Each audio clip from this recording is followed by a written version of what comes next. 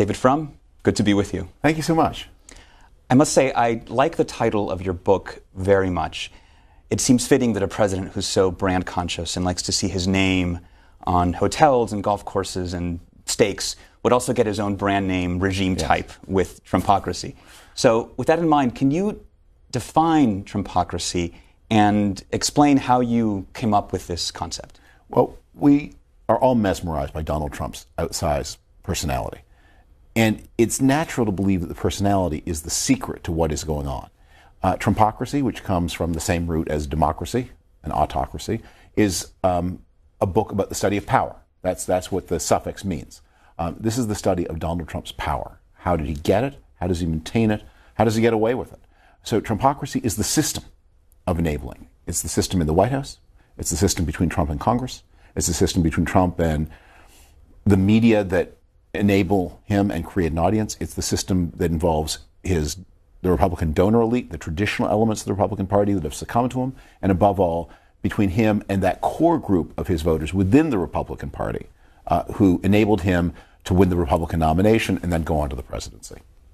Now, there have been bad presidents in American history. There have been even borderline destructive presidents in American history.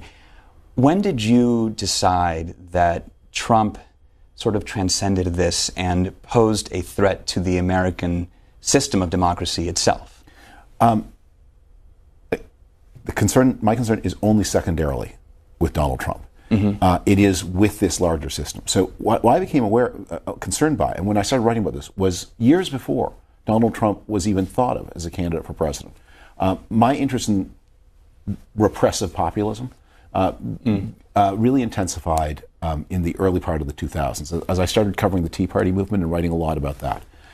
It was plain to me that the ideological extremism of the regular Republican Party, which was so plutocratic, so indifferent to what America was going through, the terrible recession, what was happening to middle-class incomes, what was happening to middle-class savings, the first origins of the accelerating drug crisis, which you could already see shaping up a decade ago, was opening space for something dangerous. And then you could see this dangerous thing taking form, first in Europe, happened in France and in the countries of southeastern Europe, Hungary and Poland.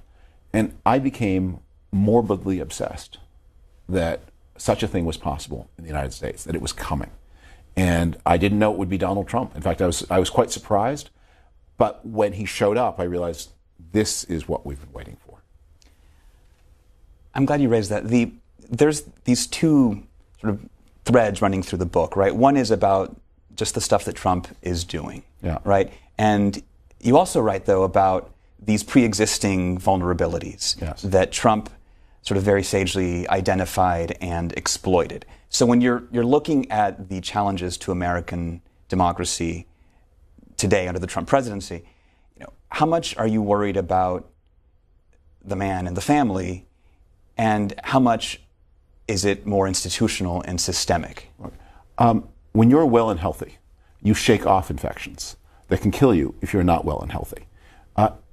There are circumstances where a Donald Trump or somebody like him could have fluked into office in the way that Donald Trump fluked into office.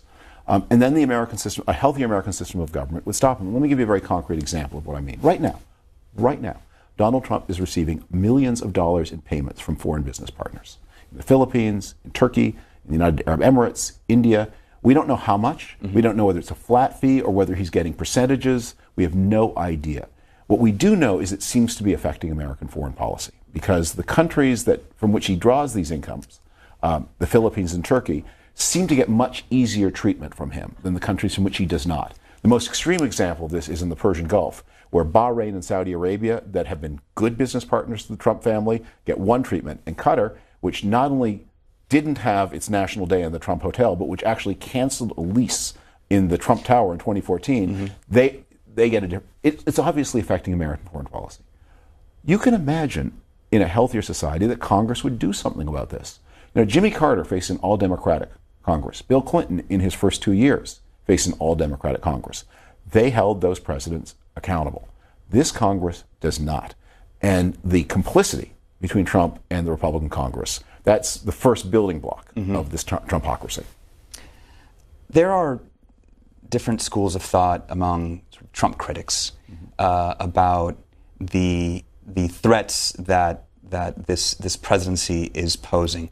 There are some who worry about the authoritarian tendencies that are emerging. Others who see more of sort of a chaos, theory that it's amateur hour in the White House.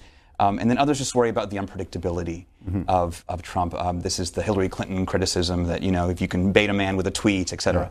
Obviously these things can overlap, but after sort of year one of Trump, is there one of these tendencies that tends to worry you most?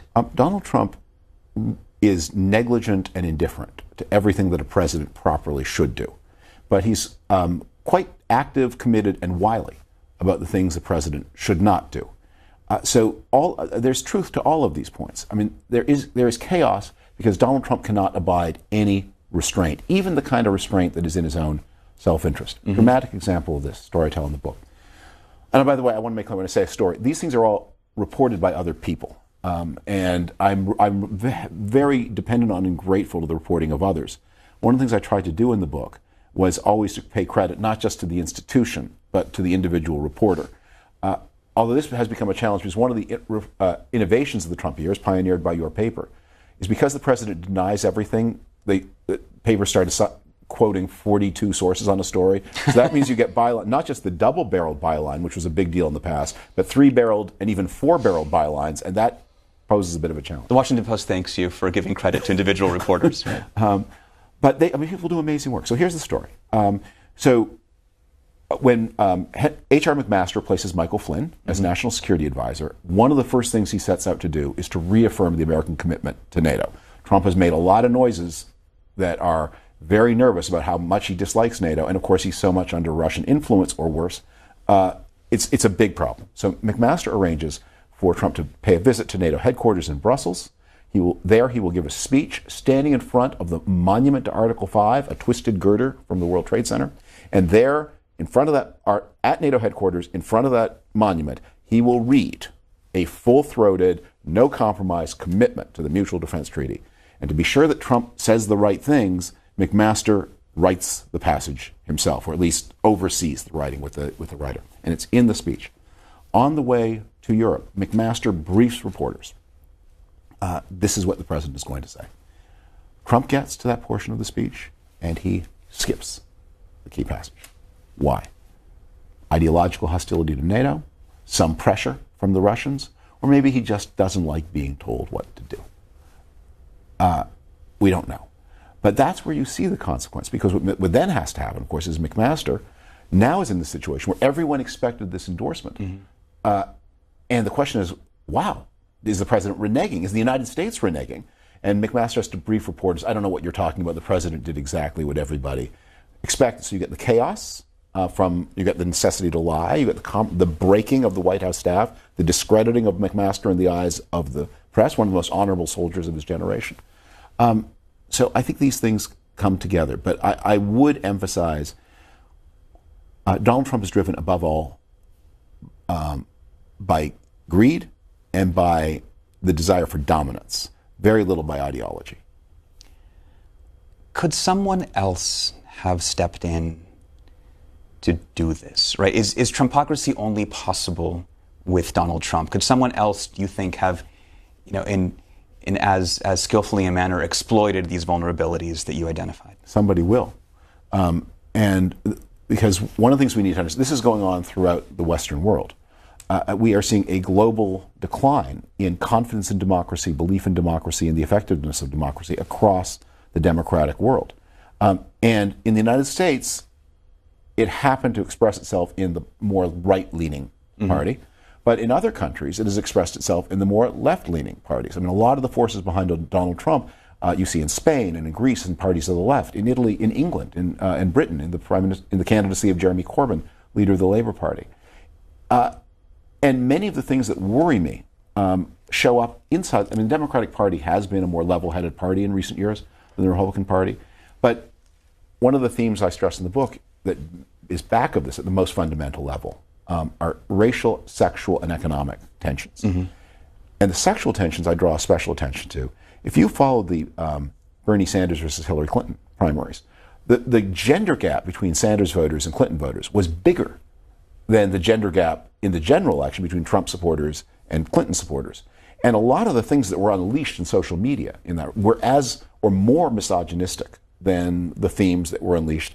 And you have a lot of disaffected men, a lot of isolated women, and that is one of the sources of energy for these anti-democratic movements. In the book, you spend some time on the conventional notions of why Trump did or didn't win in 2016. You're not entirely persuaded by the white working class theory of the case, for instance. What are the things you think that we least understand about what propelled him to power? First, you have to pay attention more to the nomination than, because that was the freakish thing. You know, once you're one of the two most likely people on earth to be the president of the United States, you got a shot, right? Right. So, and a lot of that was a lucky bounce. In the general election, also, the real question is not about Donald Trump; it's about Hillary Clinton, because Barack Obama in the fall of 2016 was polling well above 50%. The economy was growing. Personal incomes were rising. Political scientists would tell you the party of the president should, I don't need to, doesn't matter, Republican, Democrat, don't tell me their names. I'm looking at these numbers. The party of the president should win a third term. Certainly should, and so when Hillary Clinton got 48 point something, such a big gap between her performance and Obama's, that's the first thing that needs to be explained. Voter suppression is indeed part of the story, but there's more to it than that. Her weakness enabled then Trump's lucky bounce, the aid from the Russians, the Comey thing, to have their impact. But if she had been stronger, she should have been able to resist those things. But the battle for the nomination, that's the mesmerizing thing, because Trump should not have won that. What ought to have happened is Jeb Bush campaigned as Paul Ryan plus more immigration. You know, the Republican, and so he was set up, that bubble was set up to pop. I mean, if you went to these Tea Party rallies, you saw what the Republican base was signaling is we want more health care, less immigration, no more Bushes. And what they were offered and said was less health care, more immigration, and one more Bush. So he was vulnerable. The question is, why didn't some more normal political actor, Scott Walker, something like that, who was a very brief front runner. Okay, and yeah, okay, not the world's most charismatic guy, but he had a story. Or somebody else. Why didn't somebody else intuit these themes that Donald Trump was intuiting? That Republican voters want Medicare protected, not dismantled. They want less immigration, not more. That they are going to need their Social Security. Why didn't such a person take those themes and then deploy them and be the one to lay Jeb Bush low? And that is part of the story of the preconditions that enable Trump is the ideological rigidity of a Republican Party, that even when the $50 bill is lying on the sidewalk in front of you, you cannot pick it up. Because it just can't be there. It's not possible that it can be there. In fact, they had written a whole autopsy report after 2012 explaining why. All of it written by people with one connection or another to the Jeb. They wrote a help wanted ad with Jeb Bush in mind. The fix was in, but a shrewder political character should have been able to see, this is terrible advice, this report, because the report said, I start the book by talking about, or early in the book, the 2012 election, how within 72 hours, the entire Republican Party has converged on the message, change nothing. You know, voted for Mitt Romney, believe in Mitt Romney, I think it would have been a fabulous president. But the party sent him to campaign on a platform that included gradually withdrawing the Medicare guarantee from everyone under 55. I mean, it's amazing he got 47% of the vote. I think he only got as much as that because people did not understand what the Republicans were promising to do to their own voters.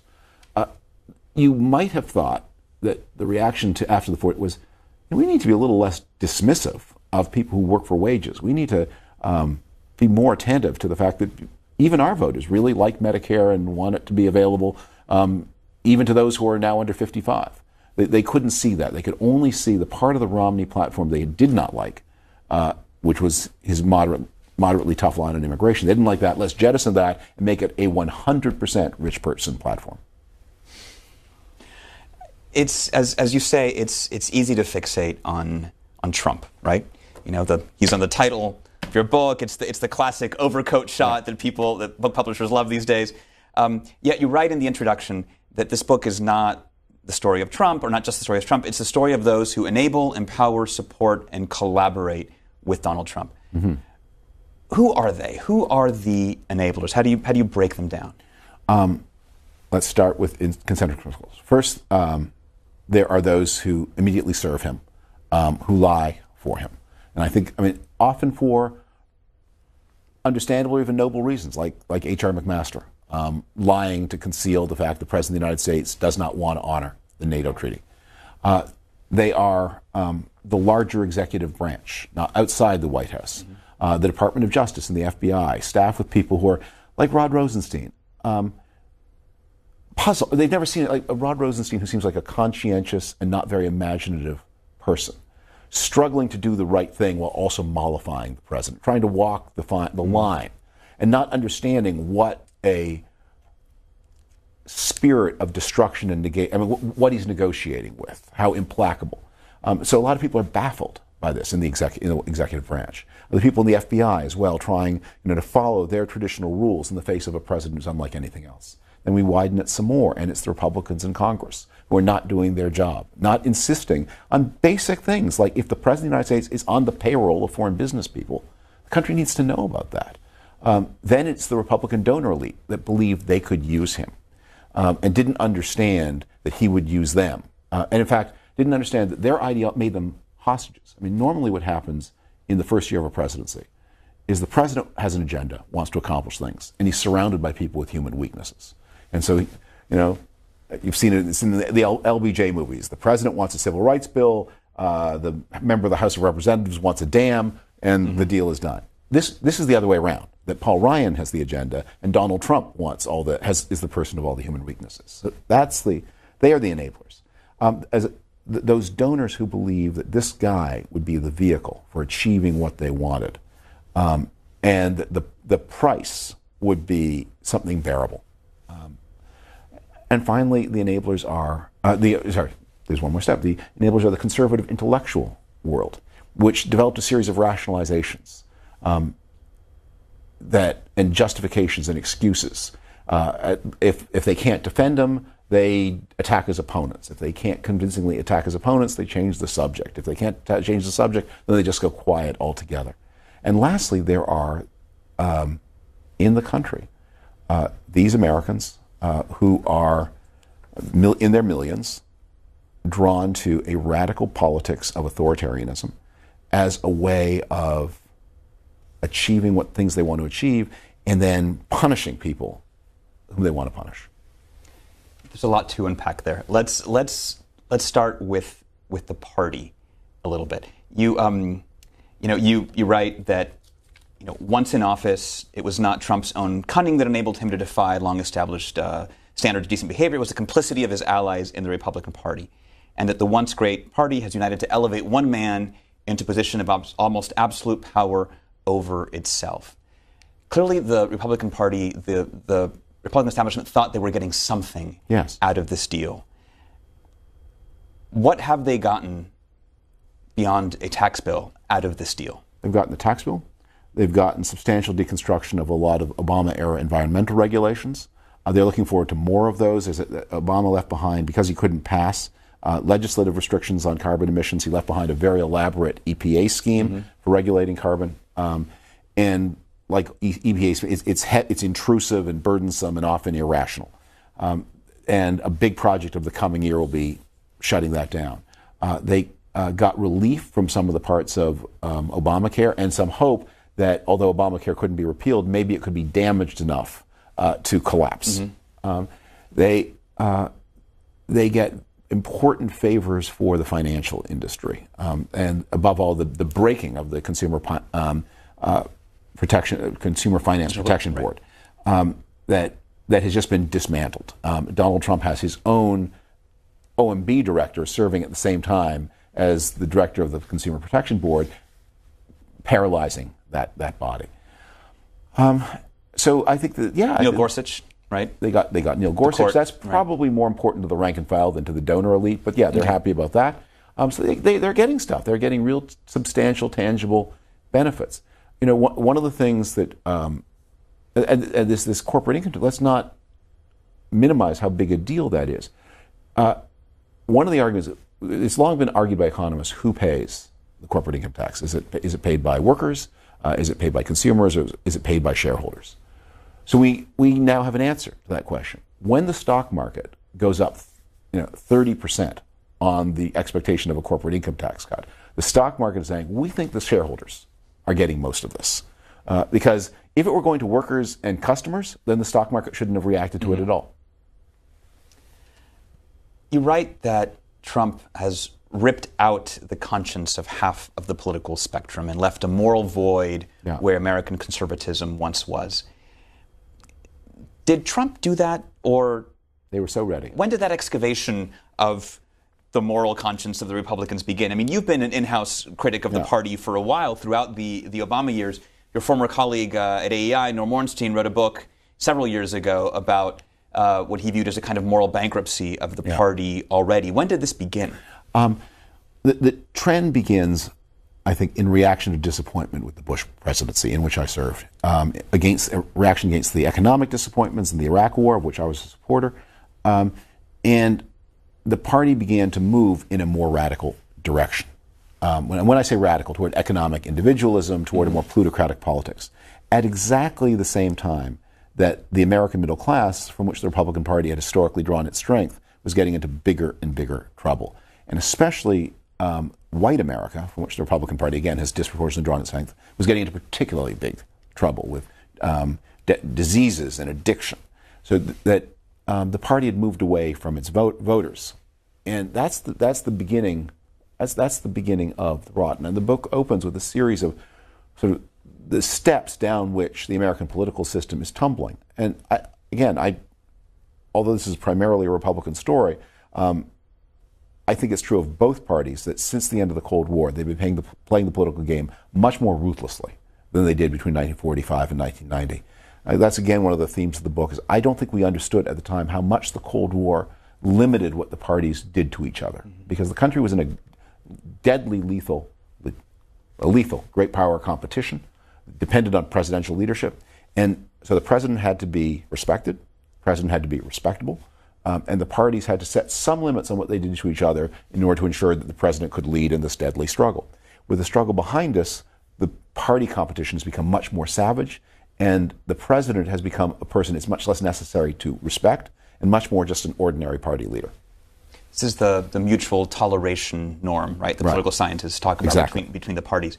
Now, you write also that during this first year of Trump, so much of the attention has been on the president's, bullying or raging or his tweets and unpredictability. But you say the most radical attack on American norms of governance in his first year were attempted by the regular Republicans in the House and in the Senate. Right. What were those most radical attacks? Well, they undertook two gigantically expensive pieces of legislation, this huge tax cut and the repeal of Obamacare and the replacement with a new kind of medical system.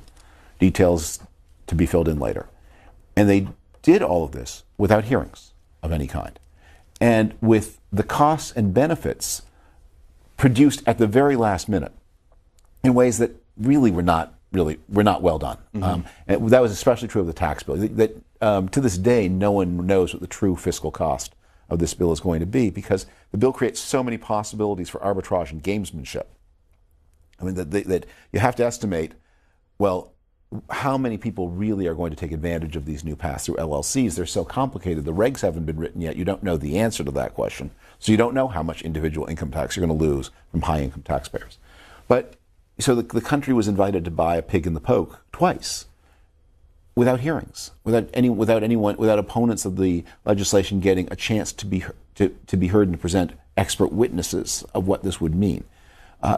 That's a real departure. Big pieces of legislation. I mean, again, we've been getting hastier. Obamacare passed more hastily than major pieces of legislation in the past. But I mean, Obamacare was a model of legislative procedure compared to what happened after 2017. I want to talk a little about the people around Trump and the administration and in the White House. There were those very early on who signed public letters stating their opposition to Trump especially in the national security realm. And there were the true believers who were with Trump from the beginning. And then you've had those who have sort of made their peace about serving in this White House or this administration, perhaps even as an effort to protect against the excesses of the president. You talk about them in the book. You say that when good people do bad things, they usually have good reasons. What role do these people play in Trumpocracy? I'm talking about people like H.R. McMaster, like Jim Mattis. Will we look back on them as enablers or as like a last line of defense? Well, for many of them, the situation will be quite tragic. So Jim Mattis has the advantage. He's across the river. Yes. He's in a giant bureaucracy that has tremendous power of its own. And he's a 4-star general. McMaster's just a 3-star, which to you or me doesn't mean much. But within their universe, that is an overwhelming difference. He's a man at the end of his career with nothing more that he needs to accomplish. Talking about Mattis. Mattis. Yeah. And in fact is sacrificing. He's sacrificing the rewards of peaceful life with his family and friends that he has abundantly earned in order to be there. He also knows that he cannot be fired. That would be a conflagration if he were fired. And if fired, he can't be replaced because the replacement would have to go through a Senate confirmation hearing. So somebody like that can be a real check, and I think Mattis has been, to the point where Mattis has actually been able to, in various ways, make clear how little regard he has for Donald Trump. I mean, at that the transgender ban, for instance. But at the remember that North Korean self-abasement session. So watch what Mattis. He doesn't do it. He has this. This came into the public domain by accident with that speech he gave to soldiers in Jordan, where he's talking to a group of a couple of dozen soldiers, and somebody videos him and posted on YouTube, in which he begins by saying, I don't have to tell you, my fine young soldiers, sailors, airmen, and Marines, that our country isn't what it should be right now, that the days, we have to get back to being more respectful to one another, kinder to one another, and until that happens, I'm asking you just to hold the line. So that's a pretty searing critique. And it sounds like a description of what he's doing. It sounds like what he's doing. But other people have less immunity. They're, if you're on the same side of the river as the president, if you're in the same building as the president, if you're fireable by the president, if your successor does not need to be Senate confirmed, and if you want things from the president, that alters it. So I quote in the book an exchange I had with my good friend Elliot Cohen, who went through a great military expert, great expert on national defense, and he went through a lot of wrestling with himself about the advice to give friends. And at first he said, you should serve, and then later he changed his mind. And when in this dialogue with him, said that, okay, my advice, if asked this question, was to those considering this, you need to consider the role, whether you're directly serving the president or whether you're serving the national security. And then you need to know yourself and to know how sure am I that if asked to do something wrong, I will say no.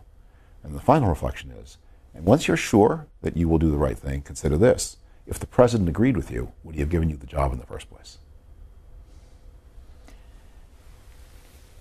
I guess it's too early, perhaps, to discern in what buckets or what categories some of these different participants fall in. We can see the outstanding bad actors. We can already see them. We can see some of the good actors. And then it's complicated. Some people are good in some ways and bad in other ways. Like Rex Tillerson is proving, I think, to be a disastrous Secretary of State, but he is also proving to be a non-enabler of Donald Trump. That he is, and so that's a complicated verdict. There's also another risk you identify to this role, right? You warn in the book that Trump's disregard for long-held norms of democratic behavior may pressure others to, in turn, disregard their own long-held norms of behavior. In particular, you worry that the military, whether it's active duty generals, retired generals who are serving the administration, could be tempted to expand their role and to be less deferential to civilian control. Do you still worry about that? Do you see any signs of that materializing? Thank you for bringing this up. This is one of the most. This is, I think, one of the things that worries me most. It's not tended to get as much discussion as other things in the book. I call this the autoimmune disorders of Trump. The system in self-defense does things that are bad. I mean, my joke about this, it's 7 days in May, only with the generals as the good guys. So I've seen that. I've seen that movie. So obviously, if Jim Mattis were president right now, I think the whole country would be happier. But the fact is, Jim Mattis is not president. He's in the chain of command. He has to execute the president's orders. And if the way the country is going to protect itself from Donald Trump is by military escaping civilian control, that's very dangerous. And it's happening in lots of ways that one senses, but we can't be sure of. For example,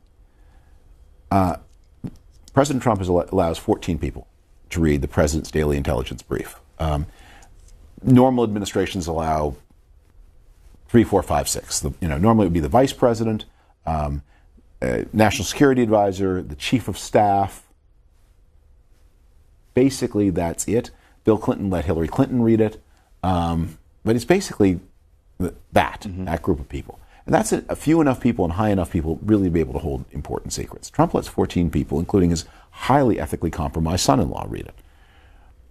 And of course we know about his blurting crucial secrets to the Russian ambassadors, either because he wants just to show off or for some more sinister reason. So if you're the people in charge of these secrets, and you know the president isn't very curious, he gets most of his news from Fox and Friends anyway, how informative, I wonder, is the president's daily brief today compared to what it was like 2 years ago or 8 years ago? Information begins to stop flowing. And maybe you get sort of a wink and a nod permission from the McMaster. You don't have to tell the president, if he asks you a question, you can't lie. But he never asks questions. Just anything sensitive, leave it out. And what we see is, the generals getting a lot of operational authority. Remember the mother of all bombs, that giant. The president was very proud to tell us that the theater commander made that decision all by himself. Well, theater commanders are getting into the habit of making a lot of decisions all by themselves. It's hard to undo those habits. Especially if you consider what is happening to the Democratic Party. I mean, that it might be if you have 4 years of Donald Trump, and then Donald Trump is replaced by some George H.W. Bush figure, widely respected in the national security bureaucracy and very well informed about the national. That next president, he or she, may be able to pull the power of the president back together. But what if that next person is as much an outlier on the Democratic side as Donald Trump is on the Republican side? What if Donald Trump has 2 terms? Bureaucracies always want to slip the leash. Military bureaucracies always mistrust civilians. Remember Chief of Staff John Kelly's outburst about his real contempt for civilian authority. If you have not served, you have no right to ask me questions. Yeah. I mean, could there be a more un-American sentence than that? That's exactly who has the right to ask the questions. Your civilian masters for whom you work. You've said, and right now I don't recall if this is in an interview or in the book, that when Trump first came along, you described yourself as sort of vaguely Trump curious, yes. Right? You felt that he could sort of shake up what had become a very hidebound party. You didn't think he would win, yes. Right? But you thought he could be salutary for the Republican Party to rethink some of its policies and verities. Now that you've seen sort of the symbiosis between Donald Trump and the Republican Party, what happens to this party after Trump? It has 3 futures. At least I can see 3 future paths for it. And they'll depend on events. The best case scenario is there is a decisive electoral lesson at the same time as local electorates reject the attempt to make voting more difficult that we're seeing spreading across so much of the country. There is a sharp lesson, and a sharp lesson that non-democratic methods are not going to be acceptable. And the party then evolves to be a more normal right-of-center party of enterprise and business, like the British Conservatives, the Canadian Conservatives, the German Christian Democrats, parties you see all over, the Australian Liberals, that says, we accept the rules of the game, we accept the social insurance state as it was built in the 30 years after World War II, and within that context, we're speaking up for people, savers and people who own businesses and private sector people, and not because the others are illegitimate or not American, but because they've got a party of theirs. Okay. And because a lot of what democracy is about is there are some questions where you have to do it one way or the other, and the way you do it is by putting up hands and taking a tally. Whoever has the more hands gets to do it his or her way. That's the most optimistic scenario. It's also possible, though, the party remains wedded to the plutocratic agenda of the Ryan years, and that the defeats aren't so bad. And the Trump solution looks workable. The disenfranchisement solution looks like it's workable. And you mean like voter suppression? Voter suppression. Okay. You know, one of the things when I wrote this book, there are some people I was in dialogue with or argument with. One of the things I was arguing against, when Donald Trump was elected and sworn in, there's a great spasm of, oh my God, this is like January 1933 in Germany. And what I want to show is that's not what modern authoritarianism is. You can't look at the most spectacular, most hideous case of democratic breakdown in all of political history, in the most extreme circumstances of hyperinflation and unemployment and famine and near civil war. Say that's us. That's not how it's going to happen. The whole point to modern authoritarianism, where you see it in the Philippines, in South Africa, and India, is it's much more economical. That, you know, you can if you can identify the right 6% of the population and stop them from voting, that's just as good or better than canceling the election altogether. You get just as much power and with a lot less squawking. And the legitimacy. The legitimacy. Right. And it turns out you don't have to disqualify very many people. And you don't even have to tell anybody, you don't even have to tell yourself what you're doing. You can do it without telling yourself. There's a book out at the same time as yours, and I think of it as sort of in dialogue with your book. It's called How Democracies Die by Stephen Levitsky and Daniel Ziblatt. And they discuss that, and they basically say the most likely scenario is that, think of the United States like it all becomes kind of North Carolina. Yes. Right? Where you've seen a lot of moves toward this kind of behavior. Yes. How sort of simpatico do you think the GOP is to that kind of scenario? I think that is a very possible scenario. Ziblatt's previous book was a huge influence on my thinking in this, and I'm going to recommend it to real hardcore history people because it is a toothy book. But his central thesis in that book, he compares the comparison of European democracies in the 19th century, is that a lot of the success of democracy, and Ziblatt speaks here as a man of the left, is their ability to reassure holders of wealth and power that democracy will not be too much of a threat to their interests. That if you have too radical a democracy, and this is something I say in the book, is that I quote this saying, you've seen it on the internet, your uncles probably sent it to you, but a democracy can only last until the majority learns it can vote itself benefits from the public treasury. Don Trump Jr. sent this around. This sentiment is attributed to a lot of people, Alexis de Tocqueville sometimes, Aristotle other times, some Scottish history. It seems as best as anybody can tell to have come from an op-ed in the Daily Oklahoman in the 1950s by a retired state legislator. But wherever it comes from, it's the opposite of the truth. That where democracies get into trouble, and leaving aside the extreme scenarios of the 1930s, is when people who possess assets become convinced that letting everybody vote means they will lose those assets. And the way where democracy survives is where people of assets become convinced that the small price that they will have to pay to keep their assets is worth it because of the greater stability of a democratic system. And what is happening in the United States right now is that asset holders are freaked out. Obama freaked the Depression, the recession freaked them out. Obama freaked them out. They thought, my God, this Kenyan Muslim is going to take everything from me and leave me just like a few $100 billion to rub together in my pants. And in order to defend what they had, they became open to more radical solutions. In your concentric circles of the enablers, you talked about sort of conservative intellectuals who kind of accommodated themselves to Trump. What has the rise of Donald Trump done to conservative thought? There's a recent essay in the Washington Post magazine that says that there's this kind of revitalization of conservative publications, and that the periods of alienation from power are when creative political thought seems to thrive. Do you see that happening among perhaps the conservative intellectuals who have not made their peace with Donald Trump? I think that could happen. I hope it will. I don't see any sign that it's happened yet. Because we're still at the point where people are being given the moral acid test.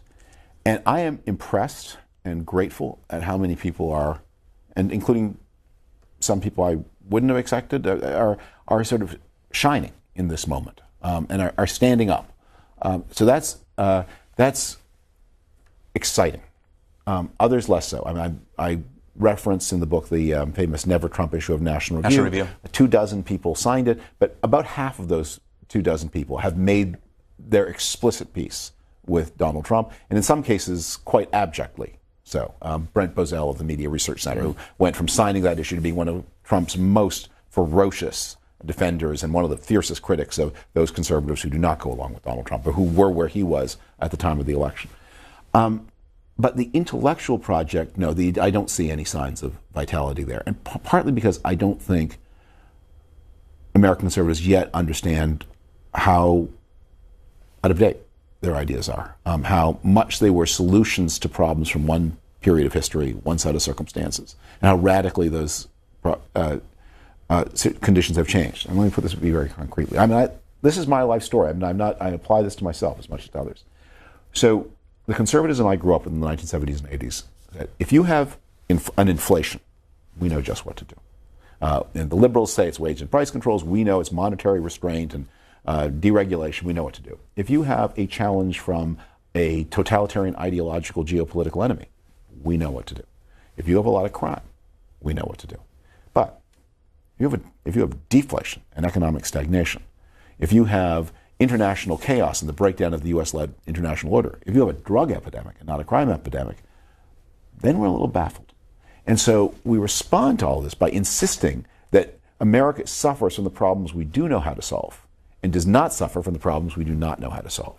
And the real revitalization of conservatives begins when conservatives can acknowledge new problems, can say that certain principles and values may endure, but your policy, you can't fetishize policy solutions. And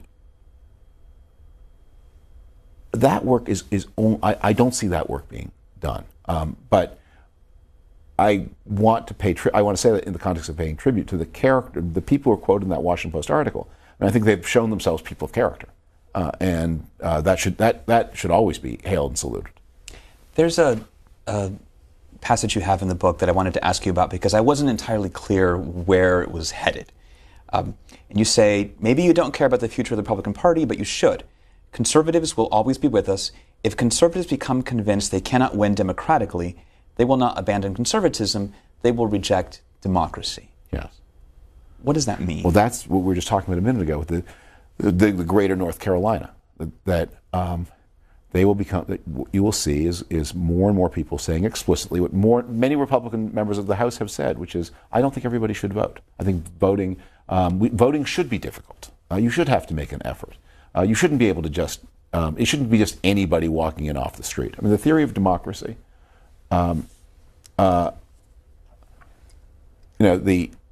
Is most pungently expressed in a series of debates during the English Civil War 400 years ago, which is the poorest he has a life to live just as much as the greatest he, and that's the idea of democracy. Is people are not equal in wisdom or aptitude or wealth, but from the point of view of the meaning of their own lives and their human worth, they are all equal. In that respect, we are all one. And the democratic theory says that one voice from that one person about his or her own life is entitled to equal consideration. If you start saying, well, but not if they're late, not if they can't get off work on a Tuesday, then you're discarding them. And then you can build a lot of rationalizations as to why it's so. And look, and some of the rationalizations actually may have a lot of power behind them. There may be, I think there are, there's something to be said for not letting people vote 6 months before voting day. They'll be deprived of information they need. At some level, we can't run this. It's not a 24-hour drugstore. And there's something to be, and voting from home. There's something to be said for participating in collective civic rituals and going to a place to cast the votes. Many of these things can be defended, but there's this mood that says we want to actually stop certain categories of people. And that is driven by the anxieties of people with things to protect. But isn't that at some level a rejection of conservatism's belief in individual liberty and self-determination? Well, yes. Individual conservatism believes in those things, and that's why conservatism has been able to make its peace with democracy. And that's an historical fact, too. I mean, that many democratic innovations were driven by conservative-minded people in a way, sometimes in ways that's uncomfortable for modern people to confront. I mean, how much of the energy behind women's suffrage was conservative. That one of the things that advocates of women's suffrage counted on women voters to do was to suppress strikes, out of control drinking. It's not a coincidence that American women got the vote at exactly the same time, not just after the First World War, when the country was cracking down on all kinds of other forms of behavior, especially labor radicalism and alcohol dependency. And the women were mobilized because it was thought they would vote for a more orderly kind of society. And indeed, the huge Republican landslide of 1920 was enabled by the gender gap in the Republican favor by women voters. You write in the book about Trump's response to the demonstrations and counter-demonstrations and violence in Charlottesville, Virginia. And there clearly appear to be white nationalist forces that feel emboldened and take comfort in Donald Trump's rise. It's not a huge focus of the book, but more broadly, what do you see as the role of the alt-right in the Trump presidency and beyond it? Do you think Trump has unleashed something that he really doesn't quite control or understand? I think that's a good way to put it. Here's one. When you get radical movements, you have to, is this radical movement something that's so marginal that you don't need to deal with it? The Symbionese Liberation Army in the 1970s. Certain extreme animal rights activist groups that, these are people, they do violent things, and then the answer is, well, you just try to track them down, there won't be more than 40 of them, arrest them for their crimes, remove them from society will be safe. But sometimes you get radical groups that are expressing something real, broadly shared, the Black Panthers. The Black Panthers were violent criminals, but they were in radicalized form speaking to something that Black America was not content with the achievements of the first wave of the Civil War. In fact, this had opened the way to a lot of anger and, okay, we can vote, but we want an equal share of the society. At that point, what a wisely stable policy, what a wise conservatism does, is to say, confronting something like the Black Panthers, what we have to do is we have to identify the antisocial personalities here and isolate and marginalize them. And then we have to identify the grievances they're exploiting, and we have to address them. And it's a combination of both repression and concession. That's how you meet radical groups that are broadly based. And that's, I think, my reaction to things like Charlottesville. And one of the reasons why I was Trump curious, but at the same time I'm so Trump horrified. I mean, the alt-right, or whatever you want to call that movement, it's made up of obviously many violent socio and psychopaths, cruel and vicious people. But it's also channeling that something is gone very wrong in the less educated part of white America, that people are killing themselves with drugs. America has the lowest seatbelt use of any developed country. Why? We're less likely to put children in car seats than any other developed country. Why? There's something, people are not finding life precious enough. The addiction, the self-medication with food and video games, and I would say I get in trouble with this with the rise in use of marijuana, which has I think doubled since 2007. Something's going wrong. So and those people end up sometimes they end up dropping out of society altogether. So the task of creative leadership, and this is one of the reasons why when I speak to my friends on the right, I see Donald Trump as such a tragedy. Well, you can't say, well, there's good and bad. He's achieved things for. What he's doing is he's taking everything that you ought to be working on, and he's corrupted it and putting it to a dead end. The response to the alt-right is, The ones who bear arms, prison.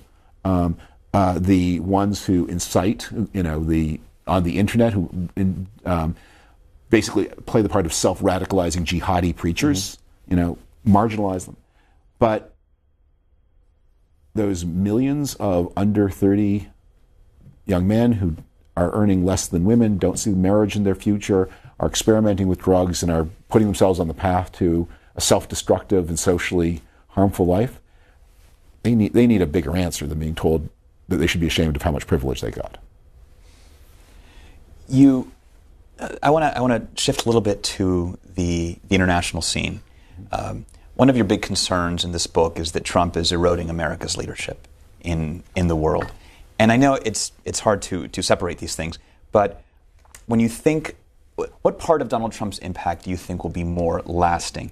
His impact on American democracy at home, or this erosion of global leadership that you chronicle in Trumpocracy? The erosion of global leadership will certainly be faster to go into effect. It's already happened. I mean, just think, if you're South Korean, and how can you trust the United States? The President of the United States is clearly contemplating a future in which he trades hundreds of thousands of casualties in your country in order to avoid any nuclear risk to his country. At the same time as he's reneging on deals like how you pay for the missile defense of South Korea, and as he's attacking the U.S.-South Korea free trade agreement, which is so essential to your country's prosperity. Meanwhile, he tweets out about once a month that if you want protection from a North Korean nuclear missile, the person to ask for that protection from is the president of China. So South Korea and China, the Korean people in China, they have a history of nationalist conflict, and obviously one's a democracy and one is not. But if you need security and the Chinese can provide it and the United States can't or won't, then you have to talk to China, whether you like it or not. I think that's already in place. And I think that the opening of the border between South Korea and North Korea, which Donald Trump hails as an achievement, is actually a vote against his leadership. The South Koreans are thinking, we have to make our own deal here because the American guarantee is not trustworthy and not safe. I think you see a lot of this happening on the continent of Europe, where the United States is on the most important thing that has happened in Europe since the adoption of the euro, maybe more important than that, which is negotiating an amicable and stable Brexit. The United States is AWOL. And Trump, for some reason, that Trump has decided that Germany is America's most important geopolitical enemy. And he could not be more hostile. There isn't a U.S. ambassador to Berlin, and the person he's appointed as his nominee is an almost deliberate insult to the German leadership. There's no U.S. ambassador to Brussels, to the European Union headquarters either. And Trump at regulars has something disobliging to say about Germany and about the EU. They're not going to forget this. The biggest jump in math is the jump from 0 to 1, from non-existence to existence. And all of these doubts have jumped into existence. What will it take for the rest of the world to look to America for leadership in the way that perhaps it once did? Well, this was going to be a problem for the United States no matter what. The United States, 50% of world economy in 1945, 30% of world economy in the Nixon years, a little over 20% in the Reagan years, is on its way to being about 15% of the world economy. And the United States has been reinforced by the friends, but if it wanted to exert the kind of power it did in the 1980s, it was going to need to head a big and sustained coalition, and that's always difficult. So maintaining American leadership was going to be a difficult project no matter what. So what it will take, first, enormous economic growth in the United States would help, making the United States a bigger share of the world economy. Bad behavior from America's rivals will help. I mean, that right now China looks to many like not an attractive alternative, but a more predictable alternative than the United States. If China behaves in a way that's unpredictable, that may bring some friends back. But it will take, barring those things, a generation of careful, painstaking, tedious work on institutions that were destroyed by people who didn't understand how they worked or why they'd been built. The origins of this book, in part, are found in this terrific Atlantic cover piece you did a year ago, something along the lines of, how to build an autocracy, right?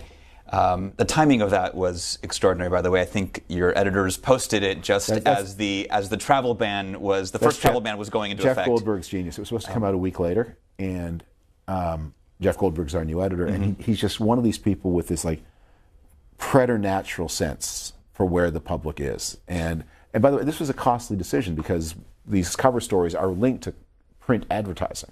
And he bit the bullet to say this was an economic risk to release it early on the internet because this was the moment. And he was, as usual, completely right. But the fact, Jeff is so often completely right that you forget how unusual it is to be right so often, but that was completely right. In that piece, you put yourself 4 years into the future, imagining the beginning of a second Trump term. And a lot of the things you thought that would be characterizing the country at the time, are things like a sort of compliant GOP Congress, a sort of stigmatized press, a kind of like wearily quiescent public. Right. I'd like to ask you to cast forward again, now sort of 1 year in to the Trump presidency, based on what you see, and this conflict, this fight that you identify between Trumpocracy and American democracy traditionally defined. Do you see the guardrails holding? How do you see this battle playing out? I think many of the things I envisioned being true in 2021 did come true, are in the process of coming true. So the fundament is that the Trump years were prosperous. That he ran big deficits, he had loose money, he had immigration restriction policies that tightened the labor market, and he spent a lot on infrastructure. The infrastructure program hasn't materialized yet, but it's not hard to imagine that it will, and that these things then tighten the labor market, especially for blue-collar men, and that people liked it. And one of my predictions is that 2018 may be a better year for Donald Trump than 2017 as wage increases flow through the economy. I did predict a compliant Congress. That depends on outcomes of elections in 2018. He may have a very frisky Congress, but if the economy is strong in 2018 and wages rise, Republican losses may be less dramatic than most people today are imagining they will be. The cowing of the treatment of the press. I spent a lot of time on Trump's use in that article, on Trump's use of antitrust as a weapon against the press, and that's clearly, as you know, at the Washington Post, that is clearly a top of mind concern for the president, as has been the use of the Time Warner merger to put pressure on CNN. And so far, the elite press has been really resistant, and the Washington Post has played an incredible role. But the larger concern, which is that the article envisioned by the press, is it might be that even the elite press holds, but that it's made ever less relevant in a country where more and more people get soft news via social media.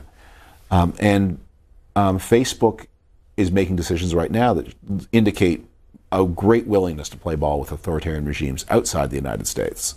And that sort of augurs ill for what it would do if it were under pressure in the United States. Facebook runs a business model that is tremendously sensitive to government pressure. A very few regulatory changes could, if the government were just to deem Facebook a publisher, responsible. So if somebody defames somebody on Facebook, somebody writes an article in the Washington Post that defames somebody, the Washington Post is liable. If somebody writes that article on Facebook, Facebook is not liable. Why should that be? You can make a pretty strong case. Maybe Facebook should be liable. Maybe Facebook, and if Facebook is liable, then suddenly the number of Facebook's tiny number of employees they'll have to have editors. They'll have to have, and then with editors, there vanishes Facebook's enormous profitability. And tiny changes like that, little changes in privacy regulations. The United States would adopt EU-style privacy regulations that would have a huge impact on Facebook's bottom line. It's easy to imagine pressures like that being brought to bear, especially as we get closer to the next presidential election. David Frum, how much are you worried about the man and the family, and how much is it more institutional and systemic? When you're well and healthy, you shake off infections that can kill you if you're not well and healthy. There are circumstances where a Donald Trump or somebody like him could have fluked into office in the way that Donald Trump fluked into office. And then the American system, a healthy American system of government, would stop him. Let me give you a very concrete example of what I mean. Right now, Donald Trump is receiving millions of dollars in payments from foreign business partners in the Philippines, in Turkey, in the United Arab Emirates, India. We don't know how much. We don't know whether it's a flat fee or whether he's getting percentages. We have no idea.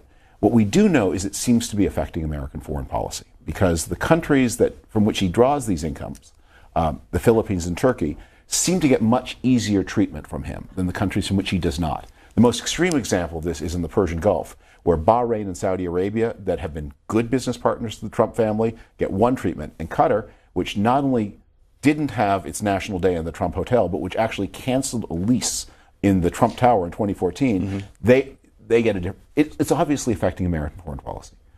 You can imagine in a healthier society that Congress would do something about this. You know, Jimmy Carter faced an all-Democratic Congress. Bill Clinton, in his first 2 years, faced an all-Democratic Congress.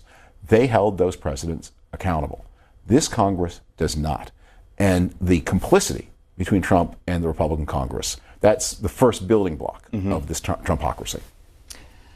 There are different schools of thought. Poses a bit of a challenge. The Washington Post thanks you for giving credit to individual reporters. But people do amazing work. So here's the story. When H.R. McMaster replaces Michael Flynn as National Security Advisor, one of the first things he sets out to do is to reaffirm the American commitment to NATO. Trump has made a lot of noises that are very nervous about how much he dislikes NATO, and of course he's so much under Russian influence or worse. It's a big problem. So McMaster arranges for Trump to pay a visit to NATO headquarters in Brussels. He will give a speech standing in front of the monument to Article 5, a twisted girder from the World Trade Center.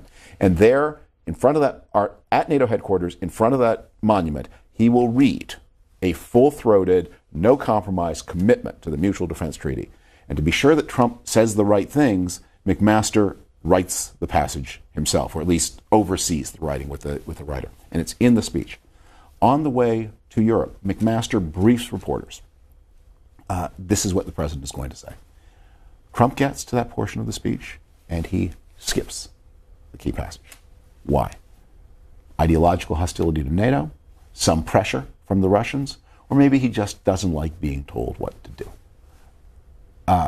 We don't know. But that's where you see the consequence, because what then has to happen, of course, is McMaster now is in the situation where everyone expected this endorsement. And the question is, wow, is the president reneging? Is the United States reneging? And McMaster has to brief reporters. I don't know what you're talking about. The president did exactly what everybody expected. So you get the chaos among Trump critics about the threats that this presidency is posing. There are some who worry about the authoritarian tendencies that are emerging. Others who see more of sort of a chaos theory that it's amateur hour in the White House. And then others just worry about the unpredictability of Trump. This is the Hillary Clinton criticism that, if you can bait a man with a tweet, et cetera. Obviously these things can overlap, but after sort of year one of Trump, is there one of these tendencies that tends to worry you most? Donald Trump is negligent and indifferent to everything that a president properly should do. But he's quite active, committed, and wily about the things the president should not do. So there's truth to all of these points. I mean, there is chaos because Donald Trump cannot abide any restraint, even the kind of restraint that is in his own self-interest. Dramatic example of this, story I tell in the book. And by the way, I want to make clear when I say a story, these things are all reported by other people. And I'm very dependent on and grateful to the reporting of others. One of the things I tried to do in the book was always to pay credit not just to the institution, but to the individual reporter. Although this has become a challenge, because one of the innovations of the Trump years, pioneered by your paper, is because the president denies everything, the paper started quoting 42 sources on a story. So that means you get byline, not just the double-barreled byline, which was a big deal in the past, but three-barreled and even four-barreled bylines, and that is only secondarily with Donald Trump. It is with this larger system. So what I became concerned by, and when I started writing about this, was years before Donald Trump was even thought of as a candidate for president. My interest in repressive populism really intensified in the early part of the 2000s, as I started covering the Tea Party movement and writing a lot about that. it was plain to me that the ideological extremism of the regular Republican Party, which was so plutocratic, so indifferent to what America was going through, the terrible recession, what was happening to middle-class incomes, what was happening to middle-class savings, the first origins of the accelerating drug crisis, which you could already see shaping up a decade ago, was opening space for something dangerous. And then you could see this dangerous thing taking form first in Europe, happened in France and in the countries of southeastern Europe, Hungary and Poland. And I became morbidly obsessed that such a thing was possible in the United States, that it was coming. And I didn't know it would be Donald Trump. In fact, I was quite surprised. But when he showed up, I realized this is what we've been waiting for. I'm glad you raised that. There's these two sort of threads running through the book, right? One is about just the stuff that Trump is doing, right? And you also write, though, about these pre-existing vulnerabilities that Trump sort of very sagely identified and exploited. So when you're looking at the challenges to American democracy today under the Trump presidency, David Frum, good to be with you. Thank you so much. I must say, I like the title of your book very much. It seems fitting that a president who's so brand conscious and likes to see his name on hotels and golf courses and steaks would also get his own brand name regime type with Trumpocracy. So with that in mind, can you define Trumpocracy and explain how you came up with this concept? Well, we are all mesmerized by Donald Trump's outsized personality. And it's natural to believe that the personality is the secret to what is going on. Trumpocracy, which comes from the same root as democracy and autocracy, is a book about the study of power. That's what the suffix means. This is the study of Donald Trump's power. How did he get it? How does he maintain it? How does he get away with it? So Trumpocracy is the system of enabling. It's the system in the White House. It's the system between Trump and Congress. It's the system between Trump and the media that enable him and create an audience. It's the system that involves the Republican donor elite, the traditional elements of the Republican Party that have succumbed to him, and above all, between him and that core group of his voters within the Republican Party who enabled him to win the Republican nomination and then go on to the presidency. Now, there have been bad presidents in American history. There have been even borderline destructive presidents in American history. When did you decide that Trump sort of transcended this and posed a threat to the American system of democracy itself? My concern